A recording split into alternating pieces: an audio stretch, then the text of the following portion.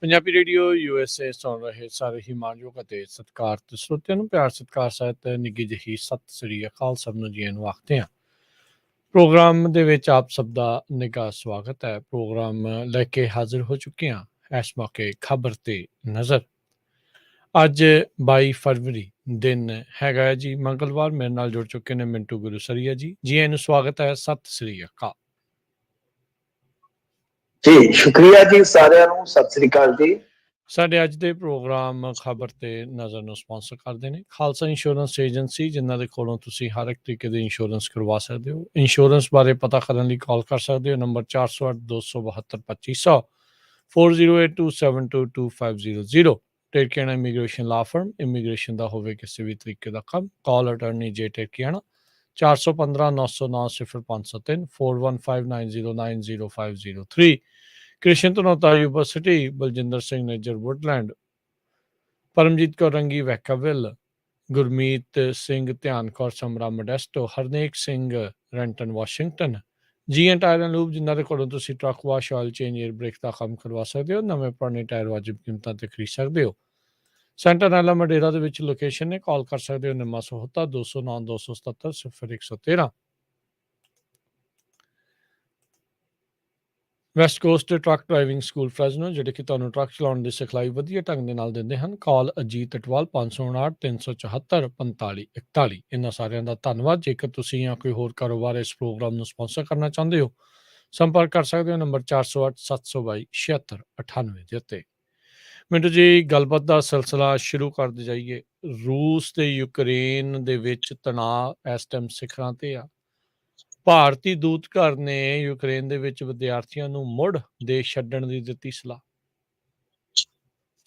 ਦੇਖੋ, ਇਹ ਸਲਾਹ ਹੀ ਦਿੱਤੀ ਜਾ ਰਹੀ ਹੈ। ਮੇਰੇ ਖਿਆਲ ਦੇ ਨਾਲ 10 ਦਿਨ ਹੋ ਗਏ ਆ ਜਦੋਂ ਪਤਾ ਹੈ ਕਿ ਉੱਥੇ ਬਹੁਤ ਜ਼ਿਆਦਾ ਹਾਲਤ ਜਿਹੜੀ ਆ ਸੈਂਸਿਟਿਵ ਹੋ ਚੁੱਕੀ ਆ। ਤੁਹਾਨੂੰ ਪਤਾ ਹੀ ਹੈ ਕਿ ਕਿਸ ਤਰ੍ਹਾਂ US ਜਾਂ ਉਹਨਾਂ ਦੇ ਅਲਾਈਡ ਜਿਹੜੇ ਆ ਵਾਰ-ਵਾਰ ਇਸ ਚੀਜ਼ ਦੇ ਸੰਕੇਤ ਦੇ ਰਹੇ ਸੀ, ਅਲਰਟ ਦੇ ਰਹੇ ਸੀ। ਤਾਂ ਇੰਡੀਆ ਗੌਰਮੈਂਟ ਨੇ ਮੇਰੇ ਖਿਆਲ ਦੇ ਨਾਲ ਢਿੱਲ ਕੀਤੀ ਆ, ਬਹੁਤ ਢਿੱਲ ਕੀਤੀ ਆ। ਅੱਜ ਇਹਨਾਂ ਨੇ ਮੇਰੇ ਖਿਆਲ ਦੇ ਨਾਲ ਇੱਕ ਫਲਾਈਟ ਜ਼ਰੂਰ ਉੱਤਰ ਨੂੰ ਘੱਲੀ ਹੈ। ਵੈਸੇ ਏਅਰ ਇੰਡੀਆ ਤੁਹਾਨੂੰ ਪਤਾ ਹੀ ਹੈ, ਹੁਣ ਏਅਰ ਇੰਡੀਆ ਨਾ ਹੀ ਰਹਿ ਗਿਆ ਵਾ। ਉਹ ਟਾਟਾ ਵਾਲਿਆਂ ਖਰੀਦ ਲਈ ਆ ਤੇ ਟਿਕਟ ਵੀ ਮੇਰੇ ਖਿਆਲ ਦੇ ਨਾਲ ਆਪਣੇ ਹਿਸਾਬ ਕਿਤਾਬ ਦੀ ਠੋਕਣਗੇ। ਨਹੀਂ ਤਾਂ ਇਹੋ ਜਿਹੇ ਸੁੱਖ ਦੁੱਖ ਦੇ ਮੌਕੇ ਤੇ ਸਾਨੂੰ ਸਾਡੀ ਏਅਰਲਾਈਨ ਚੇਤੇ ਆਉਂਦੀ ਹੁੰਦੀ ਸੀ। ਖੈਰ, ਪਰ ਮੇਰੇ ਖਿਆਲ ਦੇ ਨਾਲ ਇਹਨਾਂ ਦੀ ਪਹੁੰਚ ਇਸ ਮਾਮਲੇ ਦੇ ਵਿੱਚ ਦਰੁਸਤ ਨਹੀਂ ਰਹੀ, ਔਰ ਹਮੇਸ਼ਾ ਰਹਿੰਦਾ ਹੈ ਕਿ ਬਹੁਤ ਲੇਟ ਹੋ ਜਾਂਦਾ ਇੰਡੀਆ ਇਹੋ ਜਿਹੇ ਮਿਸਾਲ ਜਦੋਂ ਵਿਗੜਦੇ ਆ। ਤਾਂ ਬਹਰਹਾਲ ਜੋ ਹੋ ਰਿਹਾ ਉੱਥੇ ਤੁਹਾਡੀ ਨਜ਼ਰ ਵਧੇਰੇ ਹੋਏਗੀ, ਕਿਉਂਕਿ US ਸਿੱਧੇ ਤੌਰ ਤੇ ਇਸ ਸਾਰੇ ਕੌਨਫਲਿਕਟ ਦੇ ਵਿੱਚ ਕਿਤੇ ਨਾ ਕਿਤੇ ਇਨਵੋਲਵ ਹੈ। ਔਰ ਮੇਰੇ ਖਿਆਲ ਦੇ ਨਾਲ ਹੁਣ ਕਿਉਂਕਿ ਸਾਡੇ ਇੱਥੇ ਥੋੜੀ ਜਿਹੀ ਲੇਟ ਅਪਡੇਸ਼ਨ ਮਿਲਦੀ ਹੈ, ਸਾਡੀ ਆਬਾਦੀ ਨੂੰ 80% 90% ਹੁਣ ਤੇ ਸ਼ਾਇਦ ਪਤਾ ਹੀ ਨਾ ਹੋਵੇ ਕਿ ਉੱਥੇ ਕੀ ਚੱਲ ਰਿਹਾ, ਜਦਕਿ ਦੁਨੀਆ ਦੀ ਇੱਕ ਬਹੁਤ ਤਕੜੀ ਹਲਚਲ ਜਿਹੜੀ ਹੈ ਸ਼ੁਰੂ ਹੋ ਚੁੱਕੀ ਹੈ। ਤਾਂ ਪਹਿਲਾਂ ਖਬਰ ਆਈ ਸੀ ਕਿ ਜੋ ਇਹਨਾਂ ਨੇ 2 ਸਟੇਟਾਂ ਨੂੰ ਅਲੱਗ ਕਰ ਦਿੱਤਾ, ਯਾਨੀ ਮਾਨਤਾ ਦੇ ਦਿੱਤੀ ਹੈ ਰਸ਼ੀਆ ਵਾਲਿਆਂ ਨੇ। ਤਾਂ ਉਹਨਾਂ ਦੇ ਵਿੱਚ ਇਨਵੈਸਟਮੈਂਟ ਤੇ ਪਾਬੰਦੀ ਲਾ ਦਿੱਤੀ। ਫਿਰ UK ਤੋਂ ਵੀ ਆਈ ਇਸ ਤਰ੍ਹਾਂ ਦੀ ਖਬਰ ਕਿ ਉਹਨਾਂ ਨੇ ਵੀ ਪਾਬੰਦੀ ਲਾਉਣ ਦੇ ਹੁਕਮ ਦਿੱਤੇ ਹੈ। ਮਤਲਬ ਕਿਸ ਤਰ੍ਹਾਂ ਦੇ ਸੈਂਕਸ਼ਨ ਤੇ ਆਪਾਂ ਨੂੰ ਪਤਾ ਹੀ ਹੈ ਕਿ ਉਹ ਇੰਪੋਜ਼ ਹੋ ਹੀ ਜਾਂਦੇ ਆ, ਲਾਗੂ ਕਰ ਦਿੱਤੇ ਜਾਂਦੇ ਆ। ਪਰ ਸਭ ਤੋਂ ਵੱਡੀ ਗੱਲ ਇਹ ਹੈ ਕਿ ਮੇਰੇ ਖਿਆਲ ਦੇ ਨਾਲ ਇੱਕ ਬੜਾ ਵੱਡਾ ਪ੍ਰੋਜੈਕਟ ਸੀਗਾ ਨੈਚੁਰਲ ਗੈਸ ਦਾ, ਜਿਹਨੂੰ north stream natural gas project phase 2 ਜਿਹਨੂੰ ਕਿਹਾ ਜਾਂਦਾ ਸੀ, ਜਰਮਨ ਨੇ ਉਹ ਵੀ ਬੰਦ ਕਰ ਦਿੱਤਾ। ਇਹਦਾ ਮਤਲਬ ਕੀ ਹੈ ਕਿ ਸਾਰੇ ਪਾਸੇ ਜੇ ਦੇਖੀਏ UK ਤੋਂ ਲੈ ਕੇ ਜਰਮਨ, ਫਿਰ ਇਸ ਤੋਂ ਇਲਾਵਾ US, ਸਾਰੇ ਜਿਹੜੇ ਆ ਉਹ ਕਿਤੇ ਨਾ ਕਿਤੇ ਸਾਹਮਣੇ ਕੁੱਦ ਪਏ ਆ।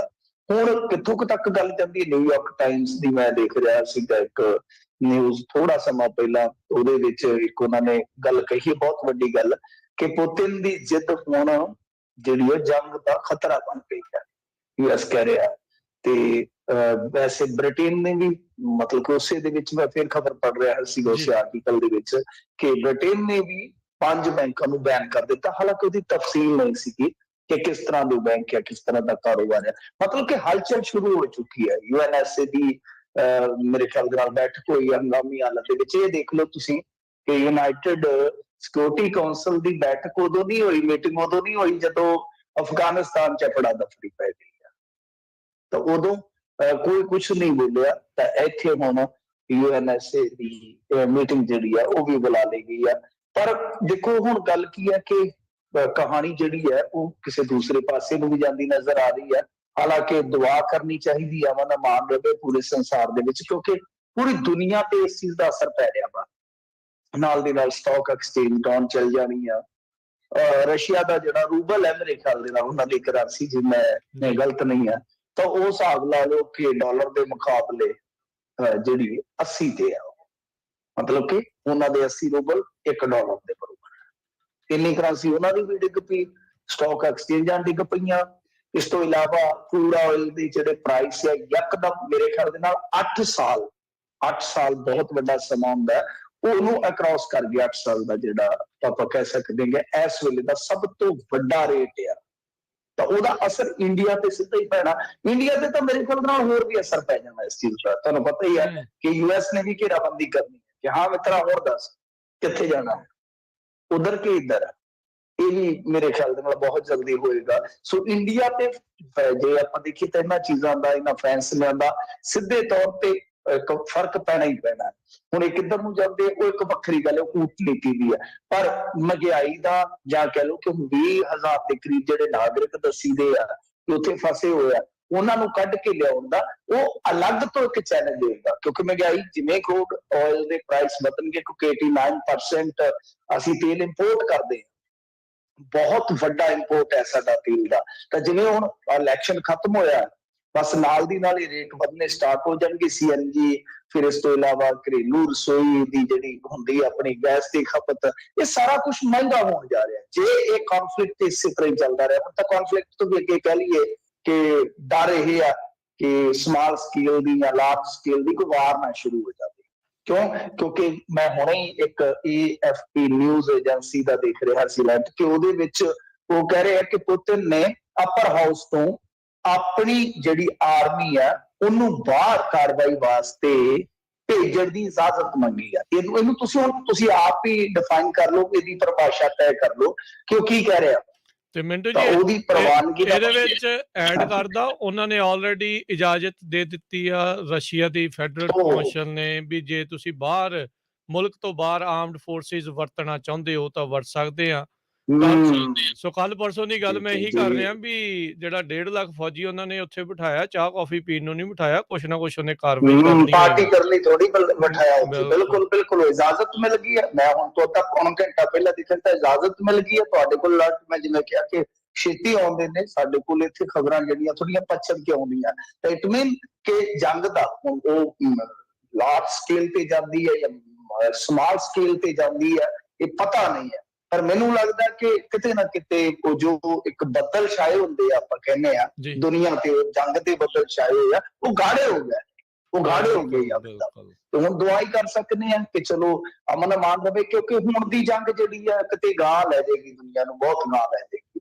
ਗਾਹ ਦਾ ਮਤਲਬ ਕਿ ਬਰਬਾਦੀ ਗੱਲ। ਔਰ ਦੂਜੀ ਗੱਲ ਇਹ ਆ ਕਿ ਹੁਣ ਮਾਹੌਲ ਹੀ ਐਸਾ ਬਣ ਗਿਆ, ਸਾਡੀਆਂ ਪਰਿਸਥਿਤੀਆਂ ਹੀ ਐਸੀਆਂ ਨੇ, ਗਲੋਬਲ ਪਿੰਡ ਜਿਹਨੂੰ ਆਪਾਂ ਕਹਿੰਦੇ ਆ, ਕਿ ਪਿੰਡ ਦੇ ਇੱਕ ਪਾਸੇ ਜੇ ਹਲਚਲ ਹੋਏਗੀ ਉਹਦਾ ਅਸਰ ਦੂਸਰੇ ਪਾਸੇ ਵੀ ਦਿਖਾਈ ਦੇਣਾ। ਤਾਂ ਕੋਈ ਵੀ ਸੰਸਾਰ ਦਾ ਕੋਨਾ ਜਿਹੜਾ ਛੂਤਾ ਨਹੀਂ ਰਹੇਗਾ। ਔਰ ਸਭ ਤੋਂ ਵੱਡੀ ਗੱਲ ਇਹ ਆ ਕਿ ਰਸ਼ੀਆ ਬਹੁਤ ਵੱਡਾ ਐਕਸਪੋਰਟਰ ਆ ਕਣਕ ਦਾ, ਤੇ ਬਹੁਤ ਸਾਰੇ ਗਰੀਬ ਦੇਸ਼ਾਂ ਦੇ ਵਿੱਚ ਉਹਦੀ ਕਣਕ ਜਿਹੜੀ ਹੈ ਜਾਂਦੀ ਹੈ ਸਸਤੇ ਭਾਵਾਂ ਤੇ। ਮੇਰੇ ਖਿਆਲ ਦੇ ਨਾਲ ਉੱਥੇ ਭੁੱਖਮਰੀ ਦੀ ਨੌਬਤ ਵੀ ਆ ਸਕਦੀ ਹੈ ਜਿਹੜੇ ਹਾਲਤ ਬਣਦੀ ਹੈ। ਜੀ ਇਹ ਸਥਿਤੀ ਇੱਕ ਹਿਸਾਬ ਦੇ ਨਾਲ ਲੱਗਦਾ ਵੱਸੋਂ ਬਾਹਰ ਨਾ ਹੋ ਜੇ। ਅਮਰੀਕਾ ਨੇ ਆਲਰੇਡੀ ਜਿਹੜੇ ਯੂਕਰੇਨ ਦੇ ਉਹਨਾਂ ਨੇ ਆਪਣੇ ਆਪ ਨੂੰ ਆਜ਼ਾਦ ਕੋਸ਼ਿਸ਼ ਕੀਤਾ, 2 ਹਿੱਸਿਆਂ ਨੂੰ, ਜਿਨ੍ਹਾਂ ਨੂੰ ਰੂਸ ਨੇ ਮਾਨਤਾ ਦਿੱਤੀ ਜੀ, ਸੀਰੀਆ ਨੇ ਵੀ ਉਸ ਨੂੰ ਮਾਨਤਾ ਦਿੱਤੀ ਸੀ ਤੇ ਅਮਰੀਕਾ ਨੇ ਉਸ ਕਾਰਵਾਈ ਨੂੰ ਇਨਵੇਜਨ ਜਿਹੜਾ ਉਹ ਘੋਸ਼ਿਤ ਕਰ ਦਿੱਤਾ ਹੈ। ਸੋ ਹੁਣ ਦੇਖੋ ਅੱਗੇ ਬਣਦਾ ਕੀ ਆ, ਮਿੰਟ ਦਰ ਮਿੰਟ ਤਣਾਅ ਬਣਦਾ ਜੀ। ਇਹਨਾਂ ਨੇ ਨਾ ਜਾਰਜੀਆ ਦਾ ਇੱਕ ਹਿੱਸਾ ਇਸ ਤਰ੍ਹਾਂ ਜਫਾੜ ਕੀਤਾ ਸੀਗਾ, ਉਹਨੂੰ ਵੀ ਮਾਨਤਾ ਦੇ ਦਿੱਤੀ ਸੀ। ਉਹ ਕੁਝ ਦੇਸ਼ ਨਿਕਾਰਾਗੁਆ ਹੋਇਆ, ਸੀਰੀਆ ਹੋਇਆ, ਇਹ ਵੈਨੇਜ਼ੁਏਲਾ ਹੋਇਆ, ਇਹ ਮਾਨਤਾ ਦਿੰਦੇ ਆ। ਕਮਾਲ ਦੀ ਗੱਲ ਇਹ ਆ, ਇੰਟਰਸਟਿੰਗ ਇਹਦੇ ਚ ਫੈਕਟ ਚ ਦੇਖੋਗੇ, ਕਿਉਂਕਿ ਤੁਸੀਂ ਕੌਮਾਂਤਰੀ ਖਬਰਾਂ ਕਰਦੇ ਰਹਿੰਦੇ ਹੋ, ਜੀ ਪਰ ਜੇ ਤੁਸੀਂ ਜੀਓ ਪੋਲਿਟਿਕਸ ਨੂੰ ਦੇਖੋਗੇ ਤਾਂ ਚਾਈਨਾ ਕਦੇ ਵੀ ਮਾਨਤਾ ਨਹੀਂ ਦਿੰਦਾ ਇਸ ਮਾਮਲੇ ਚ। ਜੀ ਤੇ ਇਹ ਬੜਾ ਇੰਟਰਸਟਿੰਗ ਫੈਕਟ ਹੈ ਜਦੋਂ ਤੁਸੀਂ ਇਹਨਾਂ ਚੀਜ਼ਾਂ ਨੂੰ ਦੇਖੋਗੇ। ਜੀ ਅੱਜ ਸਾਡੇ ਜਿਹੜੇ ਸੈਕਟਰੀ ਆਫ ਸਟੇਟ ਨੇ ਜਿਹੜੇ ਚਾਈਨਾ ਦੇ ਕਾਊਂਟਰ ਪਾਰਟ ਦੇ ਨਾਲ ਗੱਲਬਾਤ ਕੀਤੀ ਆ, ਯੂਕਰੇਨ 'ਚ ਜੋ ਮਸਲਾ ਬਣਿਆ ਹੈ ਉਸ ਦੇ ਉੱਤੇ ਕਹਿੰਦੇ ਚਰਚਾ ਜਿਹੜੀ ਉਹਨਾਂ ਨੇ ਕੀਤੀ ਆ।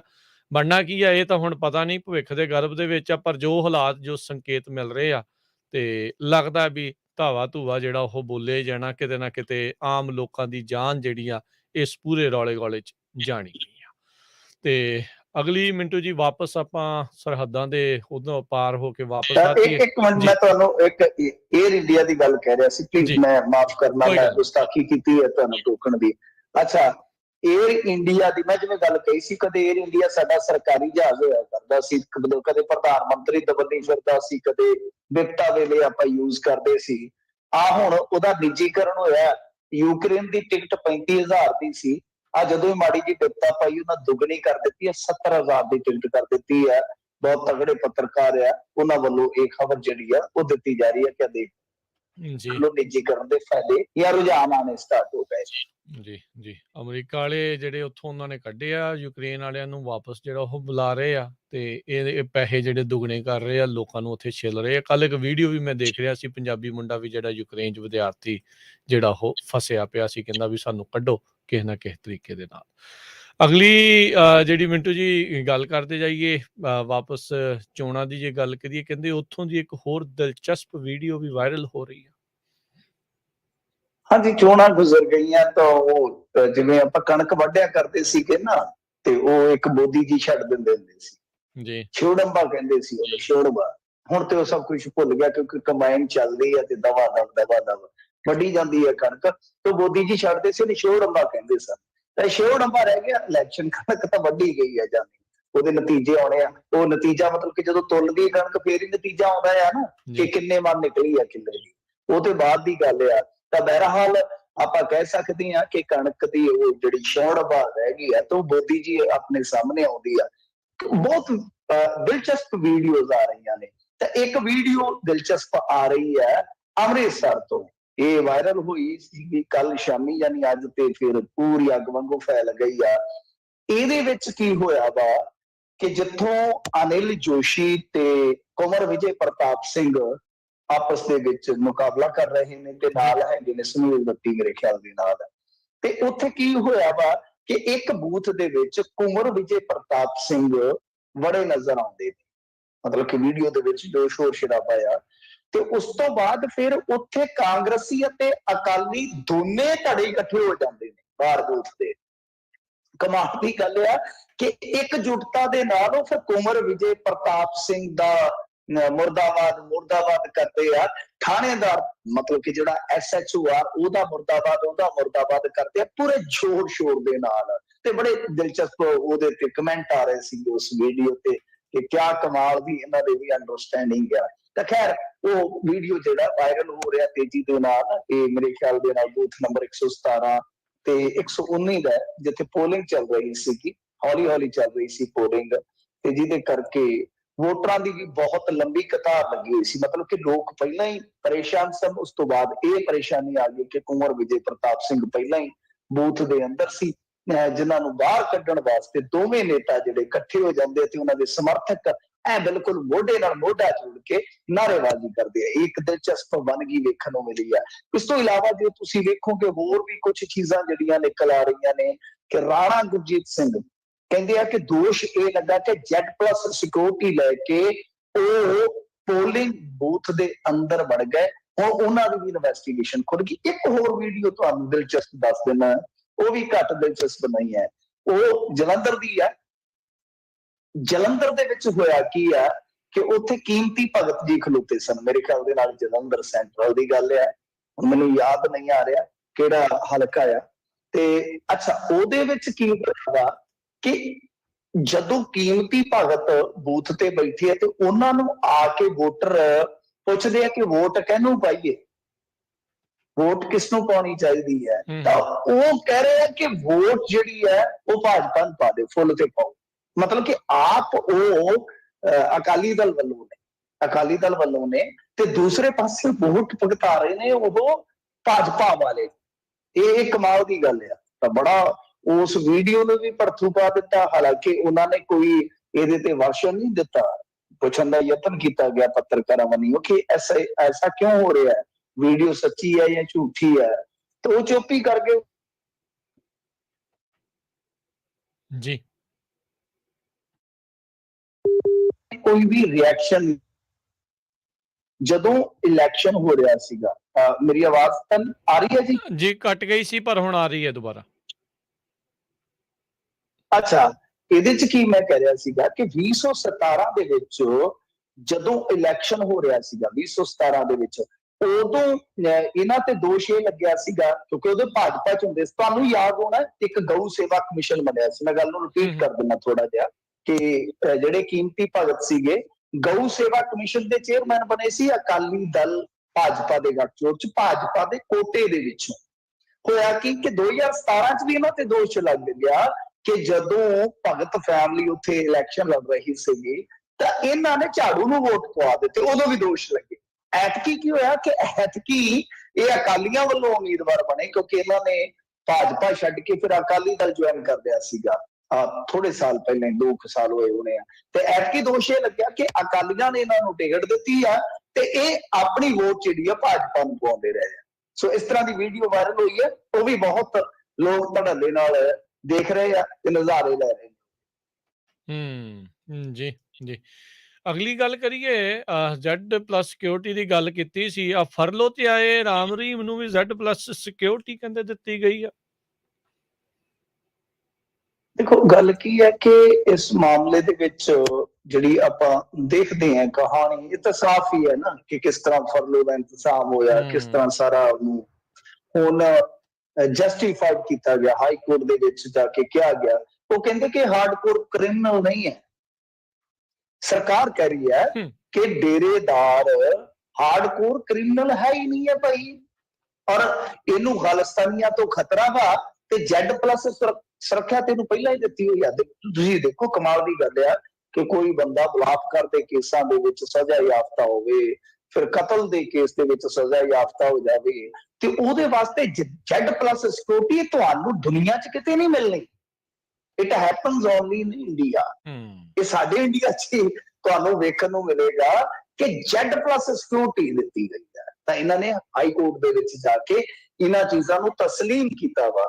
ਔਰ ਸਭ ਤੋਂ ਵੱਡੀ ਗੱਲ ਆ ਕਿ ਇਹਨਾਂ ਨੇ ਜਾ ਕੇ ਬੇਸ਼ਰਮੀ ਨਾਲ ਕਹਿ ਦਿੱਤਾ ਕਿ ਦੇਖੋ ਜੀ ਇਹਨੂੰ ਜਿਹੜੀ ਸਜ਼ਾ ਹੋਈ ਹੈ, ਠੀਕ ਹੈ ਸਜ਼ਾ ਤੇ ਹੋਈ ਆ, ਇਹ ਫਲਾਣੇ ਮਾਮਲੇ 'ਚ ਸੀਗਾ, ਯਾਨੀ ਉਹ ਕਨਸਪੀਰੇਸੀ 'ਚ ਸੀਗਾ ਜੀ, ਇਸ ਕੇਸ ਦੇ ਵਿੱਚ ਐ ਸੀਗਾ ਜੀ। ਇੱਕ ਹਾਰਡਕੋਰ ਕ੍ਰਿਮੀਨਲ ਨਹੀਂ ਹੈ ਔਰ ਇਹਦਾ ਹੱਕ ਬਣਦਾ ਫਰਲੋ ਦਾ। 5 ਸਾਲ ਪੂਰੇ ਕਰਨੇ ਆ ਭਾਈ, ਜੇ ਹੱਕ ਬਣਦਾ ਹੈ ਤੇ ਜਿਹੜੇ 25-25 ਸਾਲ ਤੋਂ ਸਜ਼ਾਵਾਂ ਕੱਟ ਰਹੇ ਆ ਉਹਨਾਂ ਨੂੰ ਤੁਸੀਂ ਪੱਕੀ ਫਰਲੋ ਕਿਉਂ ਨਹੀਂ ਦਿੰਦੇ, ਪੱਕੀ ਛੁੱਟੀ ਕਿਉਂ ਨਹੀਂ ਦਿੰਦੇ?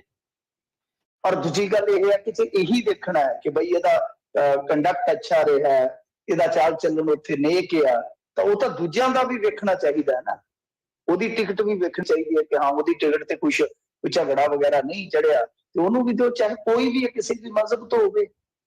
ਫਿਰ ਉਹਦੇ ਤੇ ਪੈਮਾਨਾ ਕਿਉਂ ਦੂਸਰਾ ਲਾਗੂ ਕਰ ਦਿੰਦੇ ਹੋ ਕਿ ਨਹੀਂ ਜੀ ਇਹਦੇ ਬਾਹਰ ਨਿਕਲ ਦੇ ਨਾਲ ਅਮਨ ਕਾਨੂੰਨ ਨੂੰ ਖਤਰਾ ਹੋ ਜਾਏਗਾ, ਸਮਾਜ ਨੂੰ ਖਤਰਾ ਹੋ ਜਾਏਗਾ। ਤਾਂ ਦੂਜੀ ਗੱਲ ਜਿਹੜੀ ਆ ਵੱਡੀ ਗੱਲ ਇਹ ਆ ਕਿ ਕਿੰਨਾ ਬੇਵਸ ਸਾਡਾ ਸਿਸਟਮ ਹੈ ਇਹੋ ਜਿਹੇ ਬੰਦਿਆਂ ਦੇ ਅੱਗੇ ਜਾਂ ਪਾਵਰ ਦੇ ਅੱਗੇ। ਸੰਵਿਧਾਨ ਹੀ ਸਾਡਾ ਜਿਹੜਾ ਉਹ ਕਈ ਵਾਰ ਕਹਿ ਲਓ ਕਿ ਬੇਵਸ ਨਜ਼ਰ ਆਉਂਦਾ ਹੈ ਕਿ ਤੁਹਾਡੇ ਸਾਹਮਣੇ ਆ ਕਿ ਬਲਵੰਤ ਸਿੰਘ ਰਾਜੋਆਣਾ ਆਏ, ਉਹਨਾਂ ਨੇ ਆ ਕੇ ਸ਼ਰੇਆਮ ਜਿਹੜੀ ਉਹ ਫਰਲੋ ਸੀਗੀ, ਉਹ ਵੀ ਇੱਕ ਤਰ੍ਹਾਂ ਨਾਲ ਕਹਿ ਲਓ ਐਮਰਜੈਂਸੀ ਪੈਰੋਲ ਹੁੰਦੀ ਹੈ, ਤੇ ਉਹਦੇ ਵਿੱਚ ਆ ਕੇ ਉਹਨਾਂ ਨੇ ਅਕਾਲੀਆਂ ਲਈ ਵੋਟ ਮੰਗ ਲਈ, ਕੋਈ ਕਾਰਵਾਈ ਨਹੀਂ ਹੋਈ। ਜਦ ਕਿ ਕੋਈ ਵੀ ਬੰਦਾ ਛੁੱਟੀ ਆ ਕੇ, ਪੈਰੋਲ ਆ ਕੇ, ਫਰਲੋ ਆ ਕੇ ਕਿਸੇ ਸਿਆਸੀ ਐਕਟੀਵਿਟੀ 'ਚ ਹਿੱਸਾ ਨਹੀਂ ਲੈ ਸਕਦਾ। ਔਰ ਦੂਜੇ ਪਾਸੇ ਡੇਰਾ ਸਰਸੇ ਦਾ ਐਸਾ ਤਾਣਾ ਬਣਿਆ ਕਿ ਜੀ ਸਾਡਾ ਪੋਲੀਟੀਕਲ ਵਿੰਗ ਹੈ ਜੀ, ਇਹ ਗਾਂ ਸਾਡੀ 45 ਮੈਂਬਰੀ ਕਮੇਟੀ ਹੈ ਜੀ, ਇਹ ਸਾਡੀ 25 ਮੈਂਬਰੀ ਕਮੇਟੀ, ਇਹ ਫੈਸਲੇ ਲੈਂਦੀ ਹੈ। ਜਦ ਕਿ ਫੈਸਲੇ ਲੈਣ ਵਾਲਾ ਉੱਤੇ ਬੈਠਾ, ਉਹ ਸ਼ਰੇਆਮ ਇੱਕ ਧਿਰ ਨੂੰ ਜਾਂ 2 ਧਿਰਾਂ ਨੂੰ ਵੋਟਾਂ ਪਵਾ ਗਿਆ, ਪਰ ਸਾਡਾ ਸਿਸਟਮ ਦੇਖਦਾ ਹੀ ਰਹਿ ਗਿਆ। ਜਦ ਕਿ ਉਹ ਆਪ ਹੀ ਕਹਿੰਦਾ, ਸਾਡਾ ਸੰਵਿਧਾਨ ਆਪ ਹੀ ਕਹਿੰਦਾ ਕਿ ਜੇਲ੍ਹ 'ਚੋਂ ਆਇਆ ਕੋਈ ਵੀ ਸਜ਼ਾ ਯਾਫਤਾ ਪੋਲੀਟੀਕਲੀ ਕਿਸੇ ਵੀ ਐਕਟੀਵਿਟੀ ਦੇ ਵਿੱਚ ਇਨਵੋਲਵ ਹੀ ਨਹੀਂ ਹੋ ਸਕਦਾ। ਜੀ ਜੀ ਜੀ ਮਿੰਟੂ ਜੀ, ਅਗਲੀ ਗੱਲ ਕਰੀਏ। ਨਵਜੋਤ ਸਿੱਧੂ ਨੇ ਕੌਂਸਲਰ ਨੂੰ ਪਾਰਟੀ ਚੋਂ ਕੱਢਣ ਲਈ ਬਣਵਾਈ ਚਿੱਠੀ, ਫਿਰ ਹੱਥ ਖਿੱਚ ਲਏ ਪਿੱਛੇ। ਦੇਖੋ ਹਾਲੇ ਤਾਜ਼ਾ ਤਾਜ਼ਾ ਕਹਿ ਲਓ ਕਿ ਇਲੈਕਸ਼ਨ ਹੋ ਕੇ ਹਟਿਆ ਹੈ। ਮੈਨੂੰ ਲੱਗਦਾ ਕਿ ਥੋੜਾ ਸਮਾਂ ਲੱਗੇਗਾ, ਉਸ ਤੋਂ ਬਾਅਦ ਇਹ ਕੰਮ ਸ਼ੁਰੂ ਹੋਏਗਾ, ਕੱਢਣ ਕਢਾਉਣ ਦਾ ਚੱਲੇਗਾ, ਬਹੁਤ ਦੂਰ ਤੱਕ ਜਾਏਗਾ ਇਹ ਕੰਮ। ਵੈਸੇ ਜੇ ਆਪਾਂ ਦੇਖੀਏ ਤਾਂ ਕਾਂਗਰਸ ਦੀ ਮਜਬੂਰੀ ਰਹੀ ਹੈ ਨਾ, ਕੁਛ ਕੁ ਬੰਦੇ ਇਹਨਾਂ ਨੇ ਐਕਸਪੈਲ ਕਰ ਦਿੱਤੇ, ਪਰ ਕੁਛ ਕੁ ਬੰਦੇ ਜਿਵੇਂ ਪਰਨੀਤ ਕੌਰ ਸ਼ਰੇਆਮ ਉਹ ਤੇ ਭਾਜਪਾ ਵਾਲਿਆਂ ਦੇ ਰੱਥ ਤੇ ਸਵਾਰ ਹੋਈ ਪਈ ਸੀਗੀ, ਪ੍ਰਚਾਰ ਕਰ ਰਹੀ ਸੀ ਤੇ ਕਹਿੰਦੀ ਡੇ 1 ਤੋਂ ਮੈਂ ਤਾਂ ਆਪਣੇ ਪਤੀ ਦੇ ਨਾਲ ਹੈ। ਕੋਈ ਧਰਮ ਪਤਨੀ ਆਪਣੇ ਪਤੀ ਨੂੰ ਭਾਈ ਕਿਸ ਤਰ੍ਹਾਂ ਛੱਡ ਸਕਦੀ ਹੈ, ਇਕੱਲਿਆਂ ਕਿਸ ਤਰ੍ਹਾਂ ਛੱਡ ਸਕਦੀ ਹੈ। ਪਰ ਕਾਂਗਰਸ ਕੁਝ ਵੀ ਨਹੀਂ ਕਰ ਸਕੀ ਮੈਂਬਰ ਪਾਰਲੀਮੈਂਟ ਦਾ। ਹੋਰ ਵੀ ਕਈ ਨੇ, ਉਹਨਾਂ ਨੂੰ ਰਿਪੀਟ ਕਰਨ ਦਾ ਕੋਈ ਤੁਕ ਨਹੀਂ ਬਣਦਾ। ਖੈਰ ਸਿੱਧੂ ਦੇ ਹੁਕਮਾਂ ਤੋਂ ਬਾਅਦ ਕਹਿੰਦੇ ਆ ਕਿ ਇਹਨਾਂ ਦੇ ਜਿਹੜੇ ਕੁਛ ਹੈਗੇ ਸੀ ਖਾਸਮ ਖਾਸ ਕਾਉਂਸਲਰ, ਜਿਵੇਂ ਉਹਦੇ ਚ ਜਤਿੰਦਰ ਸੋਨੀਆ ਸੀ, ਜਸਵਿੰਦਰ ਭਲਵਾਨ ਸੀ, ਰਜਿੰਦਰ ਸੈਣੀ ਸੀ, ਮਦਾਨ ਸੀ, ਫਿਰ ਕੁਛ ਹੋਰ ਸੀਗੇ, ਸੰਦੀਪ ਹੋਰੀ। ਇਹਨਾਂ ਦੇ ਨਾਮ ਤੇ ਮਤਲਬ ਕਿ ਇੱਕ ਪੱਤਰ ਤਿਆਰ ਕੀਤਾ ਗਿਆ ਸੀਗਾ, ਪਰ ਦੇਰ ਸ਼ਾਮ ਤੱਕ ਇਸ ਤੇ ਪੰਜਾਬ ਪ੍ਰਧਾਨ ਸਿੱਧੂ ਦੇ ਦਸਤਖਤ ਨਹੀਂ ਹੋਏ ਸਨ। ਹਾਂ, ਇਸ ਤੋਂ ਇੱਕ ਗੱਲ ਜ਼ਰੂਰ ਸਾਫ਼ ਹੋ ਗਈ ਹੈ ਕਿ ਕਾਂਗਰਸ ਨੇ ਬਾਗੀ ਕਾਉਂਸਲਰਾਂ ਖਿਲਾਫ ਕਾਰਵਾਈ ਕਰਨ ਦਾ ਮਨ ਬਣਾ ਲਿਆ ਹੈ। ਸੋ ਇਹ ਤੇ ਸਾਫ਼ ਹੈ ਕਿ ਉਹਨਾਂ ਨੇ ਮਨ ਬਣਾ ਲਿਆ ਵਾ, ਪਰ ਰੌਲਾ ਇਸ ਗੱਲ ਦਾ ਹੈ ਕਿ ਕਾਰਵਾਈ ਕਿਉਂ ਨਹੀਂ ਹੋ ਪਾ ਰਹੀ? ਕਿਉਂਕਿ ਇਹਨਾਂ ਕਾਉਂਸਲਰਾਂ ਨੇ ਐਨ ਮੌਕੇ ਤੇ ਨਵਜੋਤ ਸਿੰਘ ਸਿੱਧੂ ਦਾ ਇਹ ਕਹਿ ਕੇ ਸਾਥ ਛੱਡ ਦਿੱਤਾ ਸੀਗਾ ਕਿ ਨਵਜੋਤ ਸਿੱਧੂ ਸਾਡੇ ਨਾਲ ਬਹੁਤ ਬੇਹੂਦਗੀ ਨਾਲ ਪੇਸ਼ ਆਉਂਦਾ ਰਿਹਾ, ਤੇ ਘਰ ਦੇ ਵਿੱਚ ਅਸੀਂ ਜਾਂਦੇ ਸਾਂ ਤੇ 4-4 ਘੰਟੇ ਮਿਲਦਾ ਨਹੀਂ ਸੀ, ਗੱਲ ਨਹੀਂ ਸੀ ਸੁਣਦਾ। ਕਈ ਵਾਰ ਜੇ ਕੋਈ ਗੱਲ ਕਹਿਣੀ ਤੇ ਕਹਿਣਾ ਮੇਰੇ ਘਰੋਂ ਨਿਕਲ ਜਾਓ, ਮਤਲਬ ਕਿ ਬਹੁਤ ਜ਼ਲਾਲਤ ਦਿੰਦਾ ਸੀ। ਮਤਲਬ ਐਨ ਮੌਕੇ ਤੇ ਸਾਥ ਹੀ ਨਹੀਂ ਛੱਡਿਆ। ਰਿੰਟੂ ਜਿਹੜੇ ਮੇਅਰ ਸੀਗੇ ਉਹ ਤਾਂ ਤੁਹਾਨੂੰ ਪਤਾ ਹੀ ਆਮ ਆਦਮੀ ਪਾਰਟੀ ਜੁਆਇਨ ਕਰ ਗਏ ਸੀ, ਤਾਂ ਇਸ ਤਰ੍ਹਾਂ ਬਹੁਤ ਸਾਰੇ ਮੇਅਰ ਸੀਗੇ ਜਿਹੜੇ ਆਮ ਆਦਮੀ ਪਾਰਟੀ ਚ ਵੀ ਚੱਲ ਗਏ, ਕੁਛ ਕਾਲੀਆਂ ਚ ਵੀ ਰਲ ਗਏ, 4-5 ਮੇਰੇ ਖਿਆਲ ਦੇ ਨਾਲ ਕਾਲੀਆਂ ਦੇ ਵਿੱਚ ਵੀ ਚੱਲ ਗਏ ਸੀਗੇ। ਹੁਣ ਗਿਣਤੀ ਐਗਜ਼ੈਕਟ ਮੈਨੂੰ ਯਾਦ ਨਹੀਂ ਹੈ। ਮਤਲਬ ਕਿ ਐਨ ਮੌਕੇ ਤੇ ਸਿੱਧੂ ਦਾ ਸਾਥ ਛੱਡ ਗਏ ਸਨ ਕਾਉਂਸਲਰ, ਮੇਅਰ ਤੱਕ ਵੀ ਸਾਥ ਛੱਡ ਗਏ। ਸੋ ਕਾਰਵਾਈ ਕਿਉਂ ਨਹੀਂ ਹੋ ਰਹੀ, ਇੱਕ ਬੜੀ ਵੱਡੀ ਵਜ਼ਾਹਤ ਆ ਕਿ ਜਿਨ੍ਹਾਂ ਨੇ ਸ਼ਰੇਆਮ ਹੀ ਨਵਜੋਤ ਸਿੰਘ ਸਿੱਧੂ ਦੀ ਪਿੱਠ ਦੇ ਵਿੱਚ ਛੁਰਾ ਮਾਰਨ ਦਾ ਯਤਨ ਕੀਤਾ, ਉਹ ਤੇ ਹਾਲੇ ਚਲੋ ਗੁਪਤ ਨੇ, ਪਰ ਜਿਨ੍ਹਾਂ ਨੇ ਸਿੱਧੇ ਰੂਪ ਦੇ ਵਿੱਚ ਹੀ ਸਾਥ ਛੱਡਿਆ ਐਨ ਮੌਕੇ ਤੇ ਪਾਰਟੀ ਦਾ, ਉਹਨਾਂ ਤੇ ਪਾਰਟੀ ਕੋਈ ਕਾਰਵਾਈ ਨਹੀਂ ਕਰ ਪਾ ਰਹੀ। ਤਾਂ ਇਹ ਵੀ ਇੱਕ ਤਰ੍ਹਾਂ ਨਾਲ ਕਹਿ ਲਓ, ਜਿਵੇਂ ਪਿਛਲੀ ਖਬਰ ਦੇ ਵਿੱਚ ਆਪਾਂ ਕਿਹਾ ਵਾ ਕਿ ਕਈ ਵਾਰ ਸਿਸਟਮ ਸਾਡਾ ਬੇਵਸ ਹੋ ਜਾਂਦਾ ਪਾਵਰ ਦੇ ਅੱਗੇ, ਤਾਂ ਮੈਨੂੰ ਲੱਗਦਾ ਕਿ ਇਹ ਵੀ ਕਾਂਗਰਸ ਦੀ ਬੇਵਸੀ ਹੈ ਕਿ ਚਾਹ ਕੇ ਵੀ ਛੇਤੀ ਛੇਤੀ ਐਕਸ਼ਨ ਨਹੀਂ ਲੈ ਪਾ ਰਹੇ, ਜਦ ਕਿ ਕੁਝ ਵਿਧਾਇਕਾਂ ਦੇ ਖਿਲਾਫ ਉਹਨਾਂ ਨੇ ਚੁਟਕੀਆਂ 'ਚ ਐਕਸ਼ਨ ਲੈ ਲਏ ਸੀ। ਜੀ ਜੀ ਜੀ ਅਗਲੀ ਮਿੰਟੂ ਜੀ ਗੱਲ ਕਰੀਏ, ਵੋਟ ਨਾ ਪਾਉਣ ਵਾਲਿਆਂ ਨੂੰ ਸਾਬਕਾ ਮੰਤਰੀ ਨੇ ਦੱਸਿਆ ਗੁਨਾਹਗਾਰ। ਦੇਖੋ, ਇਹ ਚਲੋ ਵੋਟ ਪਰਸੈਂਟੇਜ ਘਟੀ। ਵੈਸੇ ਮੈਂ ਤੁਹਾਨੂੰ ਇੱਕ ਨਾ ਇੱਕ ਫੈਕਟ ਦੱਸ ਦਿੰਦਾ, ਸਪੈਸ਼ਲ ਫੈਕਟ ਦੱਸ ਦਿੰਦਾ, ਜਦੋਂ ਵੀ ਕਿਉਂਕਿ ਤੁਸੀਂ ਗੱਲ ਕਰਦੇ ਰਹਿੰਦੇ ਹੋ ਸਾਰਾ ਦਿਨ। ਜੇ ਤੁਸੀਂ ਦੇਖੋ, ਠੀਕ ਹੈ ਵੋਟ ਪਰਸੈਂਟੇਜ ਸਾਡੀ ਘਟੀ ਹੈ 5%, ਬਟ ਵੋਟ ਜਿਹੜੀ ਸਾਡੀ ਹੈ ਪਹਿਲਾਂ ਦੀ ਗਿਣਤੀ ਦੇ ਮੁਕਾਬਲੇ 80-85 ਹਜ਼ਾਰ ਵੋਟ ਵੱਧ ਪਈ ਹੈ। ਇਹ ਤੱਥ ਜਿਹੜਾ ਹਮੇਸ਼ਾ ਤੁਸੀਂ ਮੱਦੇਨਜ਼ਰ ਰੱਖਿਓ। ਠੀਕ ਹੈ, ਵੋਟਾਂ ਵਧੀਆਂ, ਨਵੀਆਂ ਵੋਟਾਂ ਬਣੀਆਂ, ਉਹਦੇ ਹਿਸਾਬ ਦੇ ਨਾਲ ਸਾਡੀ ਵੋਟ ਪਰਸੈਂਟੇਜ ਡਿੱਗੀ ਆ, ਇੱਕ ਤੱਥ ਆ। ਪਰ ਦੂਸਰਾ ਤੱਥ ਇਹ ਆ ਕਿ ਪਿਛਲੀ ਵਾਰ ਦੇ ਨਾਲੋਂ ਜੇ ਚੱਕ ਕੇ ਦੇਖੋਗੇ ਤੁਸੀਂ, ਕਿਉਂਕਿ ਡਾਟਾ ਸਾਰਾ ਮੁਹੱਈਆ, ਉਹਨੂੰ ਜਿੱਥੋਂ ਮਰਜ਼ੀ ਤੁਸੀਂ ਚੱਕ ਕੇ ਐਨਾਲਾਈਜ਼ ਕਰ ਸਕਦੇ ਹੋ, ਤਾਂ ਉਹ ਦੇਖੋਗੇ ਤਾਂ 85,000 ਦੇ ਕਰੀਬ ਵੋਟ ਜਿਹੜੀ ਆ ਪਿਛਲੇ ਇਲੈਕਸ਼ਨ ਦੇ ਨਾਲ ਉਹ ਵਧੇਰੇ ਪਈ ਹੋਈ ਆ। ਅੱਛਾ, ਜਿਹੜੀ ਗੱਲ ਕਹਿ ਰਹੇ ਹੋ ਤੁਸੀਂ ਕਿ ਜਿਹੜੇ ਬੇਵਜ੍ਹਾ ਵੋਟ ਨਹੀਂ ਪਾ ਰਹੇ ਕਿ ਭਾਈ ਉਸ ਜਮਹੂਰੀਅਤ ਦੇ ਗੁਨਾਹਗਾਰ ਆ, ਇਹ ਲక్ష్ਮੀ ਕਾਂਤਾ ਚਾਵਲਾ ਜਿਹੜੇ ਕਿ ਸਾਬਕਾ ਸਿਹਤ ਮੰਤਰੀ ਹੈ ਬੀਬੀ ਜੀ, ਇਹਨਾਂ ਵੱਲੋਂ ਗੱਲ ਕਹੀ ਗਈ ਆ।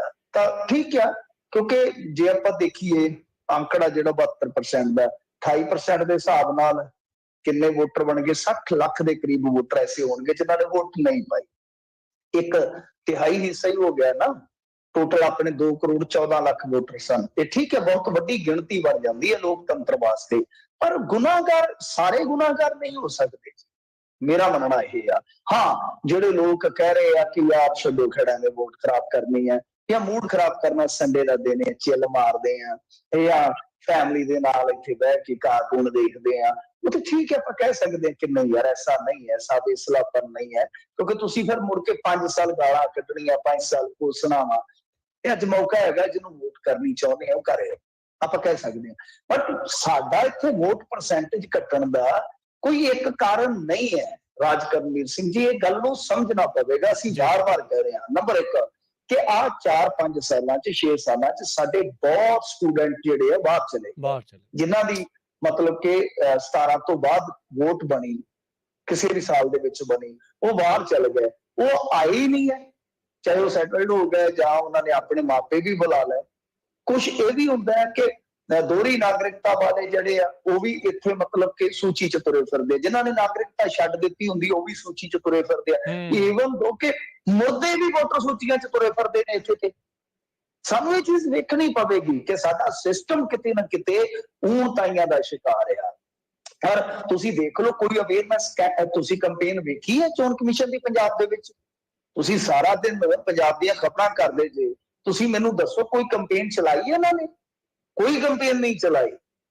ਹੇਠਲੇ ਪੱਧਰ ਤੇ ਨਵੇਂ ਵੋਟਰ ਨੂੰ ਕਿਵੇਂ ਉਤਸ਼ਾਹਿਤ ਕਰਨਾ ਆ, ਕਿਵੇਂ ਲੋਕਾਂ ਦੇ ਵਿੱਚ ਜੋਸ਼ ਭਰਨਾ ਹੈ, ਉਹ ਤਾਂ ਤੁਸੀਂ ਕੋਵਿਡ ਦਾ ਡਰਾਮਾ ਦੇ ਕੇ ਲੋਕਾਂ ਨੂੰ ਤੇ ਉਹੀ ਤਾੜ ਰੱਖਿਆ ਸੀ। ਅਗਲਾ ਕਹਿੰਦਾ ਛੱਡੋ ਖੜਾ, ਉੱਥੇ ਲਾਗ ਲੱਗ ਗਈ, ਪੈਦਾ ਕੀ ਆ, ਉਹੀ ਇਹਨਾਂ ਨੇ ਨੱਕ 'ਚ ਸਲਾਈਆਂ ਜਿਹੀਆਂ ਮਾਰਨੀਆਂ ਤੇ ਕਿਤੇ ਉੱਥੇ ਫਸ ਗਏ ਤੇ ਆਖਣ ਟੀਕਾ ਠੋਕਾਂਗੇ। ਟੀਕੇ ਦਾ ਬੜਾ ਡਰ ਫੈਲਾਇਆ ਇਹਨਾਂ ਨੇ ਕਿ ਟੀਕੇ ਤੋਂ ਬਗੈਰ ਤੁਹਾਨੂੰ ਵੋਟ ਨਹੀਂ ਪਾਉਣ ਦੇਣੀ। ਲੱਖਾਂ ਲੋਕ ਐਸੇ ਆ ਜਿਹੜੇ ਵੈਕਸੀਨੇਟ ਨਹੀਂ ਹੈਗੇ। ਸੋ ਕਈ ਕਾਰਨ ਆ, ਉਦਾਸੀਨਤਾ ਵੀ ਹੈ, ਉਦਾਸੀਨਤਾ ਦਾ ਵੀ ਇੱਕ ਕਿਤੇ ਨਾ ਕਿਤੇ ਕਾਰਨ ਆ। ਅੱਜ ਤੁਸੀਂ ਇਹਨਾਂ ਨੂੰ ਗੁਨਾਹਗਾਰ ਕਹਿ ਰਹੇ ਹੋ, ਪਰ ਉਹਨਾਂ ਦੀ ਉਦਾਸੀਨਤਾ, ਜਿਹੜੇ ਕਹਿੰਦੇ ਕਿ ਸਿਸਟਮ ਦਾ ਕੁਛ ਨਹੀਂ ਹੋਣਾ, ਇਹਦਾ ਬੇੜਾ ਕਰਕੇ ਉਵੇਂ ਹੀ ਰਹਿਣਾ, ਕਿ ਛੱਡੋ ਖੜਾ, ਕਾਹਤੋਂ ਟਾਈਮ ਵੇਸਟ ਕਰਨਾ, ਉਹਨਾਂ ਦੇ ਵਿੱਚ ਜੇ ਇਹ ਸੋਚ ਆਈ ਹੈ ਤਾਂ ਉਸ ਸੋਚ ਦਾ ਗੁਨੇਗਾਰ ਕੌਣ ਹੈ? ਸਭ ਤੋਂ ਪਹਿਲਾਂ ਤੇ ਵੱਡਾ ਗੁਨਾਹਗਾਰ ਉਹ ਹੀ ਹੈ ਨਾ। ਜੀ ਜੀ ਬਿਲਕੁਲ। ਤੇ ਮਿੰਟੂ ਜੀ, ਜਾਂਦੇ ਜਾਂਦੇ ਗੱਲ ਕਰੀਏ, ਹਿਮਾਚਲ ਤੋਂ ਇਹ ਖਬਰ ਆ ਰਹੀ ਆ, ਊਨੇ ਦੇ ਵਿੱਚ ਇੱਕ ਪਟਾਕਾ ਫੈਕਟਰੀ ਦੇ ਵਿੱਚ ਫਿਰ ਹੋ ਗਿਆ ਇੱਕ ਵੱਡਾ ਧਮਾਕਾ, ਕਿਉਂਕਿ ਇਹ ਖਬਰਾਂ ਆਪਾਂ ਬਹੁਤ ਸੁਣਦੇ ਰਹਿੰਦੇ, ਪਹਿਲੋਂ ਵੀ ਬਹੁਤ ਵਾਰੀ ਹੋਈਆਂ, 7 ਲੋਕ ਜਿੰਦਾ ਸੜੇ। ਹਾਂਜੀ ਦੇਖੋ, ਇਹ ਬੜੀ ਕਹੂੰਗਾ ਕਿ ਦਿਲ ਦਹਿਲਾਉਣ ਵਾਲੀ ਖਬਰ ਆ ਉਹਨਾਂ ਦੇ ਵਿੱਚ, ਕਿਉਂਕਿ ਸਾਡਾ ਗੁਆਂਢੀ ਸੂਬਾ ਹੈ ਹਿਮਾਚਲ ਪ੍ਰਦੇਸ਼, ਉੱਥੇ ਇੱਕ ਪਟਾਕਾ ਫੈਕਟਰੀ ਦੇ ਵਿੱਚ ਕਹਿੰਦੇ ਆ ਕਿ ਸਡਨਲੀ ਧਮਾਕਾ ਹੁੰਦਾ, ਬਲਾਸਟ ਹੁੰਦਾ, 7 ਲੋਕ ਮਰ ਗਏ ਇਹਦੇ ਵਿੱਚ ਤੇ 15 ਜਿਹੜੇ ਆ ਵਿਚਾਰੇ ਉਹ ਗੰਭੀਰ ਰੂਪ ਦੇ ਨਾਲ ਫੱਟੜ ਹੋ ਗਏ ਆ। ਦੇਖੋ ਗੱਲ ਕੀ ਹੈ ਕਿ ਪਟਾਕਾ ਫੈਕਟਰੀ ਦੇ ਵਿੱਚ ਕੰਮ ਕਰਨ ਵਾਲੇ ਰਾਜ ਕਰਨਵੀਰ ਸਿੰਘ ਜੀ ਗਰੀਬ ਹੋਣਗੇ, ਮਾਤੜ ਹੋਣਗੇ, ਮੁਖਲਸ ਲੋਕ ਹੋਣਗੇ, ਹੋਰ ਉੱਥੇ ਕੋਈ ਇਹ ਤੇ ਹੈ ਨਹੀਂਗਾ ਕਿ ਐਲੀਟ ਕਲਾਸ ਦੇ ਬੱਚੇ ਕੰਮ ਕਰਦੇ ਹੋਣੇ, ਮਜ਼ਦੂਰ ਹੋਣਗੇ। ਅੱਛਾ, ਜਿਹੜੀ ਗੱਲ ਸੁਣ ਦੇ ਵਿੱਚ ਆਈ ਆ ਕਿ ਜਿਵੇਂ ਤੁਹਾਨੂੰ ਯਾਦ ਹੋਣਾ, ਆਪਣੇ ਪੰਜਾਬ ਦੇ ਵਿੱਚ ਵੀ ਇੱਕ ਇੱਧਰ ਸੰਗਰੂਰ ਜ਼ਿਲ੍ਹੇ ਬੰਨੀ ਫੈਕਟਰੀ 'ਚ ਬਲਾਸਟ ਹੋਇਆ ਸੀ, ਗੋਦਾਮ ਹੀ ਸੜ ਗਿਆ ਸੀ ਮੇਰੇ ਖਿਆਲ ਦੇ ਨਾਲ, ਤੇ ਉਹਦੇ ਵਿੱਚੋਂ ਵੀ ਇਹੀ ਗੱਲ ਨਿਕਲ ਕੇ ਆਈ ਸੀਗੀ ਕਿ ਉਹ ਇਲੀਗਲ ਚੱਲ ਰਿਹਾ ਸੀਗਾ। ਔਰ ਬਾਅਦ ਦੇ ਵਿੱਚ ਪਤਾ ਲੱਗਿਆ ਕਿ ਮਿਲੀ ਭਗਤ ਨਾਲ ਹੀ ਚੱਲ ਰਿਹਾ ਸੀ, ਅਫਸਰਾਂ ਦੀ ਮਿਲੀ ਭਗਤ ਨਾਲ, ਕਿਉਂਕਿ ਲੈ ਦੇ ਲੈਂਦੇ ਨੇ। ਤਾਂ ਇਸੇ ਤਰ੍ਹਾਂ ਖਬਰ ਇਹ ਆ ਰਹੀ ਹੈ, ਹਾਲਾਂਕਿ ਬਹੁਤ ਵੱਡਾ ਹਾਦਸਾ ਹੋਇਆ, ਪ੍ਰਧਾਨ ਮੰਤਰੀ ਨੇ ਖੁਦ ਅਫਸੋਸ ਪ੍ਰਗਟਾਇਆ ਵਾ, ਜੋ ਹਾਲੇ ਗੱਲਾਂ ਨਿਕਲ ਕੇ ਆਉਣੀਆਂ ਉਹ ਪੂਰੀਆਂ ਤੇ ਨਹੀਂ, ਪਰ ਮੁੱਢਲੇ ਰੂਪ ਦੇ ਵਿੱਚ ਜੋ ਉੱਥੋਂ ਮੀਡੀਆ ਰਿਪੋਰਟਾਂ ਨਿਕਲ ਰਹੀਆਂ ਨੇ ਕਿ ਇਹ ਫੈਕਟਰੀ ਨਜਾਇਜ਼ ਰੂਪ ਦੇ ਵਿੱਚ ਧੰਦਾ ਕਰ ਰਹੀ ਸੀ। ਕਦੋਂ ਤੋਂ ਇੱਥੇ ਚੱਲ ਰਹੀ ਹੈ, ਕਿਸ ਤਰ੍ਹਾਂ ਇਹ ਸੰਚਾਲਿਤ ਹੋ ਰਹੀ ਹੈ, ਕਿਹਦੀ ਮਿਲੀ ਭੁਗਤ ਨਾਲ ਚੱਲ ਰਹੀ ਸੀਗੀ, ਇਹਦੀ ਹਾਲੇ ਕੋਈ ਜਾਣਕਾਰੀ, ਪਰ ਮੁੱਢਲੇ ਰੂਪ ਦੇ ਵਿੱਚ ਇਹ ਗੱਲ ਜ਼ਰੂਰ ਸਾਹਮਣੇ ਆਈ ਹੈ ਕਿ ਇਹਦੇ ਬਾਰੇ ਇਹ ਕਿਹਾ ਜਾ ਰਿਹਾ ਵਾ ਕਿ ਇਹ ਇਲੀਗਲ ਚੱਲ ਰਹੀ ਸੀ। ਔਰ ਕਮਾਲ ਦੀ ਗੱਲ ਹੈ ਕਿ ਇਹਦੇ ਮਾਲਕ ਦਾ ਵੀ ਨਾਂ ਹਾਲੇ ਤੱਕ ਪਤਾ ਨਹੀਂ ਲੱਗ ਰਿਹਾ। ਤਾਂ ਜਦੋਂ ਮਾਲਕ ਦਾ ਪਤਾ ਨਾ ਲੱਗੇ, ਫੈਕਟਰੀ ਦਾ ਪਤਾ ਨਾ ਲੱਗੇ, ਫਿਰ ਬਾਦਲ ਪਿੰਡ ਵਾਲੀ ਸ਼ਰਾਬ ਫੈਕਟਰੀ ਚੇਤੇ ਕਰ ਲਿਆ ਕਰੋ ਕਿ ਕੁਛ ਨਾ ਕੁਛ ਦਇਆ ਗੜਬੜ ਹੁੰਦੀ ਹੈ। ਜੀ ਜੀ ਜੀ। ਤੇ ਮਿੰਟੂ ਜੀ, ਬਹੁਤ ਸ਼ੁਕਰੀਆ, ਬੜੀ ਮਿਹਰਬਾਨੀ। ਮਿਲਦੇ ਹਾਂ ਜੀ ਆਪਾਂ ਅਗਲੀ ਵਾਰ। ਧੰਨਵਾਦ, ਸਤਿ ਸ਼੍ਰੀ ਅਕਾਲ ਜੀ। ਸਤਿ ਸ੍ਰੀ ਅਕਾਲ ਜੀ। ਸੋ ਤੇ ਪ੍ਰੋਗਰਾਮ ਦੀ ਸਮਾਪਤੀ, ਅਗਲੀ ਵਾਰ ਤੱਕ ਲਈ ਇਜਾਜ਼ਤ। ਮੇਰੇ ਵੱਲੋਂ ਵੀ ਸਭ ਨੂੰ ਪਿਆਰ ਭਰੀ ਨਿੱਘੀ ਸਤਿ ਸ਼੍ਰੀ ਅਕਾਲ। ਸੁਣਦੇ ਰਹੋ ਪੰਜਾਬੀ ਰੇਡੀਓ USA।